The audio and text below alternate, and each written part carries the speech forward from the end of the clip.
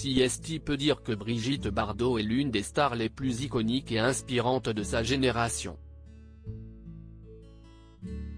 D'autant plus qu'elle a eu de multiples cordes à son arc, le cinéma évidemment, mais aussi la musique, le mannequinat et bien entendu la cause animale qu'elle défend officiellement depuis la création de sa fondation éponyme en 1986. Une légende donc qui continue de fasciner les Français de tout âge grâce à sa vie bigger than life, comme le disent nos amis américains. Jeudi 22 décembre, la chaîne de télévision BFM TV a eu l'excellente idée de diffuser un documentaire consacré au parcours à travers les époques de Brigitte Bardot, qui n'est pas au top actuellement. Avec un retour sur sa fabuleuse carrière ponctuée de classiques du 7e art français, qu'on ne saurait tous vous citer, mais aussi quelques focus bien sentis sur sa vie privée. A commencer par l'histoire de la maternité de son fils unique, Nicolas. Elle a eu un traumatisme crânien. Tout commence en 1959. L'actrice, que l'on surnomme Bébé, rencontre le comédien Jacques Charrier sur le tournage du film Babette Scène va en guerre.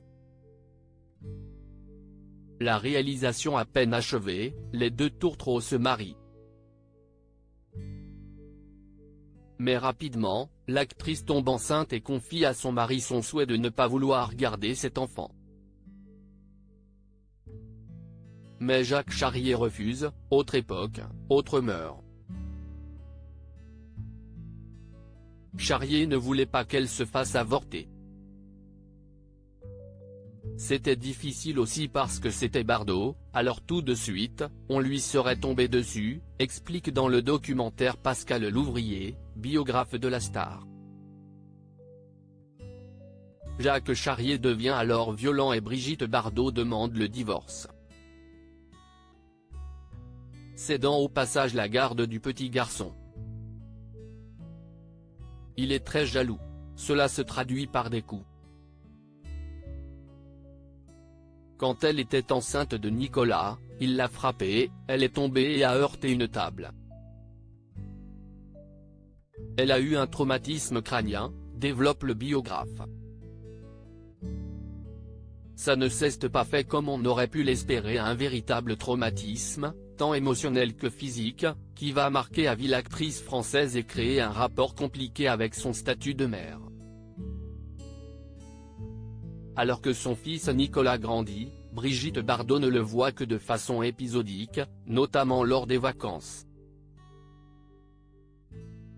Quand j'ai vu Brigitte se rapprocher de Nicolas et l'inverse, je crois que ça n'a pas fonctionné parce que l'un attendait une maman pleine de tendresse, et l'autre attendait un fils plein de force. Et tous les deux étaient tellement en attente que ça ne s'est pas fait comme on aurait pu l'espérer, argumente Alain Bougrain-Dubourg, ancien compagnon de Brigitte Bardot. Aujourd'hui Brigitte Bardot est devenue arrière-grand-mère, et bien qu'elle n'ait jamais été proche de son fils, les relations se sont arrangées. Son fils, elle le voit tous les ans avec toute sa famille.